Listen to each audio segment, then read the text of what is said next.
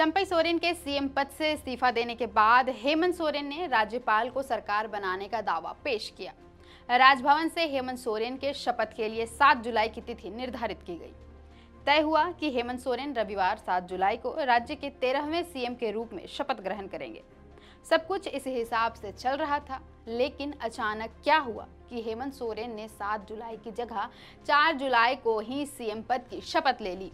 4 जुलाई की सुबह तक किसी को ये कानो कान खबर नहीं थी कि शाम तक राज्य में मुख्यमंत्री का शपथ ग्रहण होगा, और अचानक हेमंत सोरेन बिना किसी एक भी मंत्री के शाम तक अकेले ही शपथ ले लेते हैं।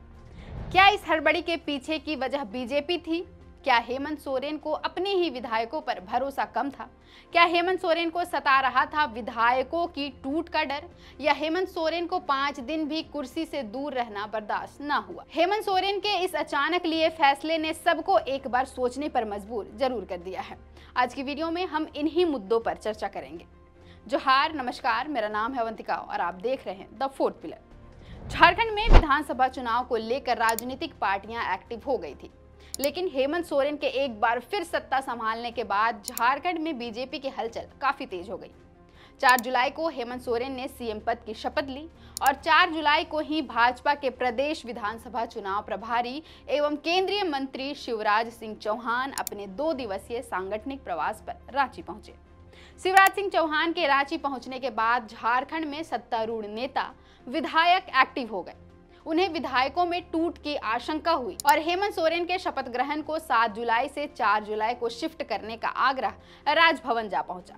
हेमंत सोरेन को राजभवन से शाम 5 बजे शपथ ग्रहण का समय मिला था, लेकिन बाद में शपथ ग्रहण कार्यक्रम 4:45 में ही शुरू हो गया। गठबंधन के अंदर डर का माहौल साफ दिखा। हेमंत सोरेन की हड़बड़ी इतनी थी कि उन्होंने गठबंधन के विधायक दल के नेताओं के बिना ही अकेले शपथ ले ली। उनके साथ किसी भी मंत्री ने शपथ नहीं ली। लेकिन शिवराज सिंह चौहान के रांची पहुंचने से सत्ता दल में विधायकों में टूट का डर क्यों उपजा? दरअसल आनन फानन में चंपई सोरेन का सीएम पद से इस्तीफा दिलाया और हेमंत सोरेन का सत्ता की कुर्सी पर एक बार फिर वापस आने से ये आशंका जताई जा रही थी कि चंपई गुट के कुछ नेता विधायक हेमंत सोरेन के इस फैसले से खुश नहीं थे, जिससे वो पाला बदल सकते थे।